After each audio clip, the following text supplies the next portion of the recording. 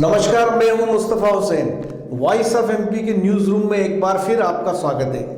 मध्य प्रदेश के एतबार से अगर बात की जाए तो प्रदेश की आज जो सबसे बड़ी खबर है वो 52 आईपीएस अफसरों के तबादले की है, क्योंकि इसमें खास बात यह है कि पिछले एक सप्ताह से लगातार ये मीडिया में ये खबरें आ रही थी कि सरकार भारी दबाव में है और आईपीएस अफसरों की तबादला सूची जारी नहीं हो पा रही है।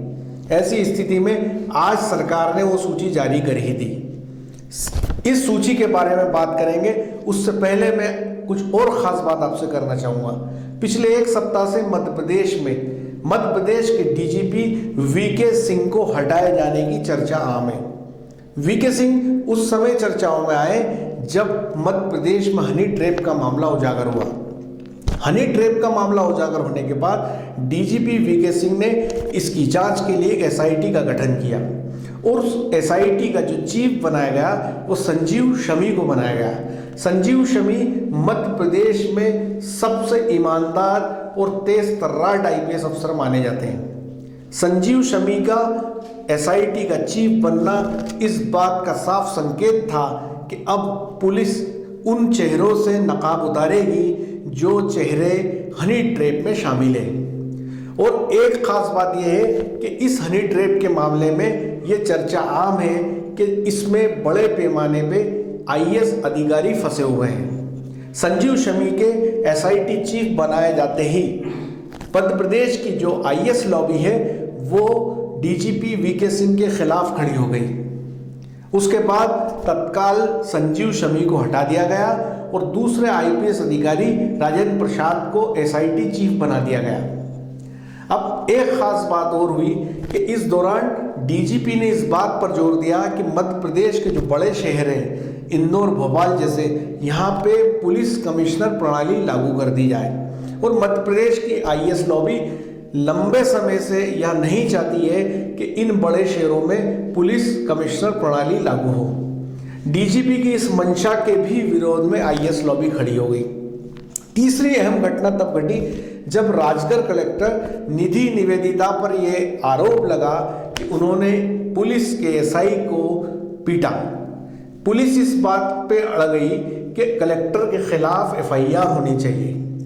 चूंकि निधि निवेदिता आईएएस अफसर है तो आईएएस लॉबी उनके हक में खड़ी हो गई। तो ये तीन महत्वपूर्ण कारणों के चलते आईएएस लॉबी इस प्रयास में पिछले एक सप्ताह से दिखी कि डीजीपी वीके सिंह को हटा दिया जाए और उनकी जगह नए डीजीपी की नियुक्ति की जाए।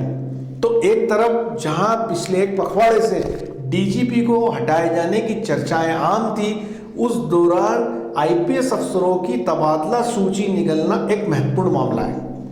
आज जो तबादला सूची जारी हुई उसमें 52 आईपीएस अफसरों को यहाँ से वहाँ किया गया है और करीब 20 जिलों के पुलिस अधीक्षक बदले गए हैं। इसमें नीमच एसपी राकेश कुमार सगर को तो बदला ही गया है, उनको रेल एसपी भोपाल बनाया गया है, लेकिन नीमच का एसपी, छिंदवाड़ा के एसपी मनोज राय को बनाया गया है। मनोज राय मध्य प्रदेश में तेज तर्रार आईपीएस माने जाते हैं और 1995 बैच के आईपीएस अफसर हैं।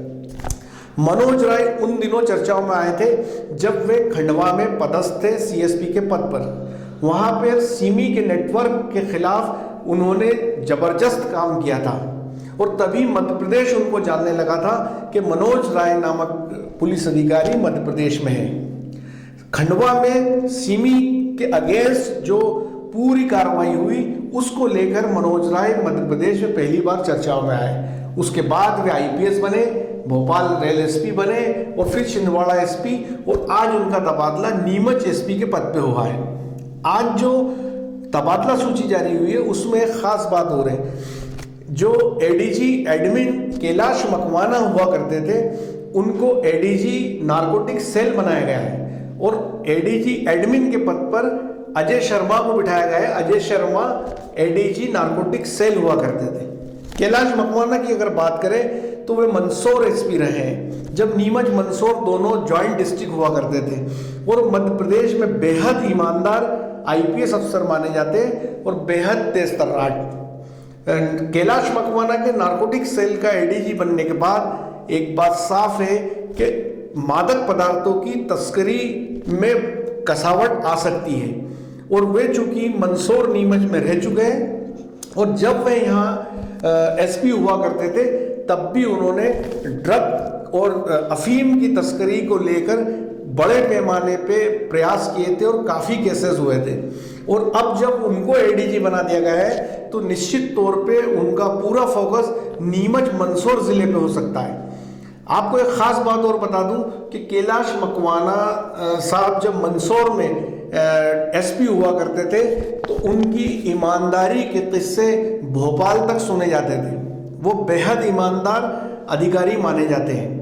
ऐसी स्थिति में एक तरफ जहां पुलिस पर अफीम और डोडा चूरा के केसों में करप्शन के चार्जेस लगते रहते हैं, कैलाश मकवाना का एडीजी बनना उन अधिकारियों के लिए एक बुरा संकेत है जो नारकोटिक सेल में रहकर बड़े पैमाने पे करप्शन में लिप्त है। यदि उन पर कैलाश मकवाना की नज़र पड़ती है तो निश्चित तौर पे वो कहीं ना कहीं उनको दंडित कर सकते हैं। दूसरी खास बात यह है, आज जो तबादला सूची जारी हुई उसमें आईपीएस डी श्रीनिवास राव को मध्य प्रदेश में एडीजी कानून और व्यवस्था बनाया गया है। वहीं जो आईपीएस मनोज शर्मा है उनको पुलिस महानिरीक्षक गुप्तवार्ता बनाया गया है। और एक खास बात है कि नीमच जिले से जुड़े जो आईपीएस अधिकारी है जैसे तरुण नायक उनको गुना का एसपी बनाया गया है। नीमच जिले के से ही जुड़े जो महेश जैन है उनको इंदौर पश्चिम क्षेत्र का एसपी बनाया गया है। तुषारकांत विद्यार्थी को सिंगरौली की जिम्मेदारी दी गई है और मनीष अग्रवाल जो नीमच में एडिशनल एसपी हुआ करते थे उनको हरदा का एसपी बनाया गया है। तो कुल मिलाकर के जो सरकार ने आज 52 आईपीएस अफसरों की तबादला सूची जारी की है वो कई मायनों में महत्वपूर्ण मानी जा रही है। उसका रीज़न ये है कि एक तरफ जहां पिछले 8 दिन से डीजीपी को बदलने की बात जोरों पर थी और मीडिया में काफ़ी खबरें चली आ रही थी और ये माना जा रहा था कि मैथिली शरण गुप्त जो है वो मध्य प्रदेश के नए डीजीपी हो सकते हैं। ऐसी स्थिति में आज 52 आईपीएस अधिकारियों की सूची से यह संकेत साफ तौर पर मिलता है कि संभवतः अब डीजीपी वीके सिंह नहीं बदले जाएंगे और उनका जो कार्यकाल है वो आगे चलता रहेगा। इस समय मध्य प्रदेश में पिछले एक पखवाड़े से इस बात पर जोर दिया जा रहा था कि आईएएस लॉबी का सीएम कमलनाथ पर भारी दबाव है। तो आज जारी हुई तबादला सूची से यह भी साफ होता है कि सीएम कमलनाथ ने उस दबाव को रिलीज कर दिया और आईपीएस अफसरों की सूची जारी कर दी। अदरवाइज लोग ये मान रहे थे, जानकार ये कह रहे थे कि अब मध्य प्रदेश में जो भी तबादले होंगे या जो भी सूची जारी होगी वो नए डीजीपी के बनने के बाद होगी। तो फिलहाल आज सूची जारी होने के बाद उन सारी चर्चाओं पर विराम लग गया जिसमें